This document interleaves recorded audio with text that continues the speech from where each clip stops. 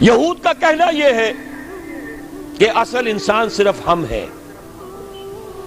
13 million یا 14 million 1.5 crore سے بھی کم انسان دنیا میں یہودی ہے. وہ کہتے ہیں اصل انسان ہم ہیں.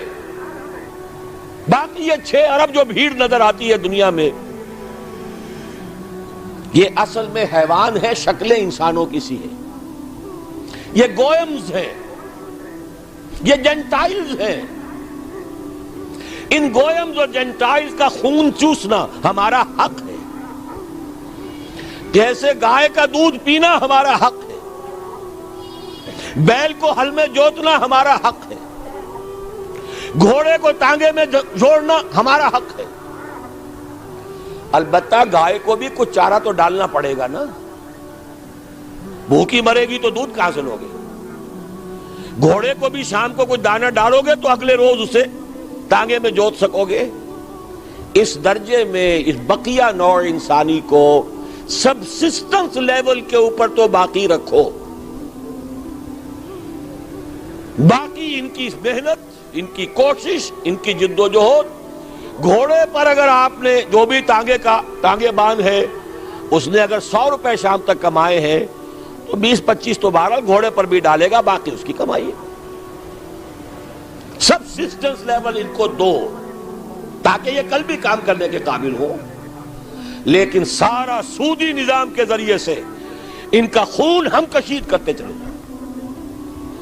یہ نیا مالیاتی عالمی استعمار ہے.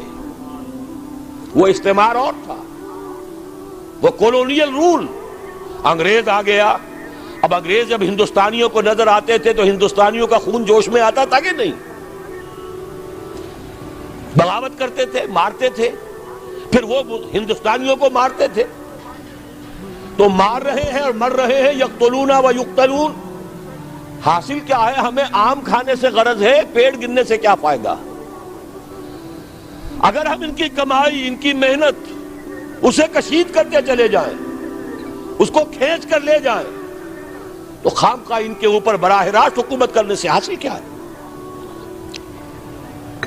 یہ ہے چوتھا دور جس کی نئی شکل صرف بدل گئی ہے. پورے عالم اسلام میں حکومت میں وہی لوگ بیٹھے ہیں، عدل بدل وہ کرواتے رہتے ہیں. ایک زیادہ بدنام ہو گیا یا ہو گئی، چلو اس کو ہٹاؤ، دوسرا لے آؤ. کچھ دنوں کے بعد اسے زیادہ بدنام ہو جائے گی یا ہو جائے گا، تیسرے کو لے آئیں گے. الیکشن کراتے رہو، یہ اسی میں مگن رہے.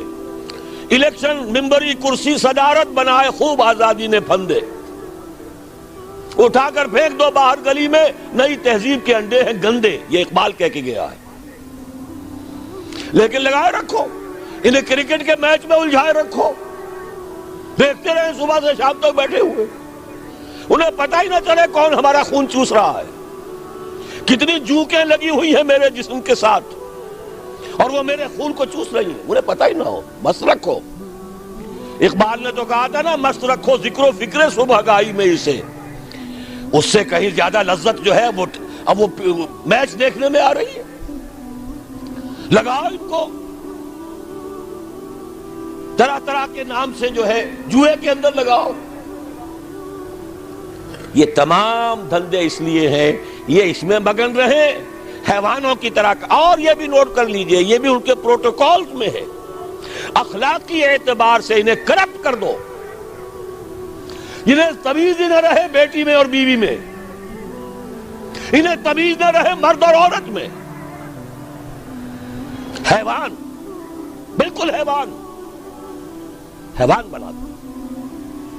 انسانیت کہیں رہ گئی تو کسی اور بغاوت کا اندیشہ ہے.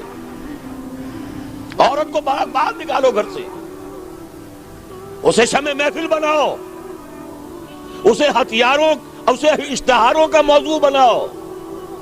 موٹر سائیکل کا اشتہار ہے تو عورت، چائے کا اشتہار ہے تو عورت. یہ سارے کھیل یوں ہی نہیں ہو رہے. Protocols of the elders of the Zion 1897 کے ان کا ذرا مشاہدہ کی جو معلوم ہو جائے گا جو کچھ ہو رہا ہے وہ یہود کی وہ سازش. حضور صلی اللہ علیہ وسلم کی اس مقصد بعثت کی تکمیل کا سیلاب جب چلا تھک تھمتا نہ تھا کسی سے سیل رواں ہمارا، کس نے روکا؟ نہ ایرانیوں کی تلواریں روک سکیں، نہ رومی لیجنز، رومی فوجی، دنیا جو ہے تھراتی تھی ان کے نام سے، نہیں روک سکے اس سیلاب کو۔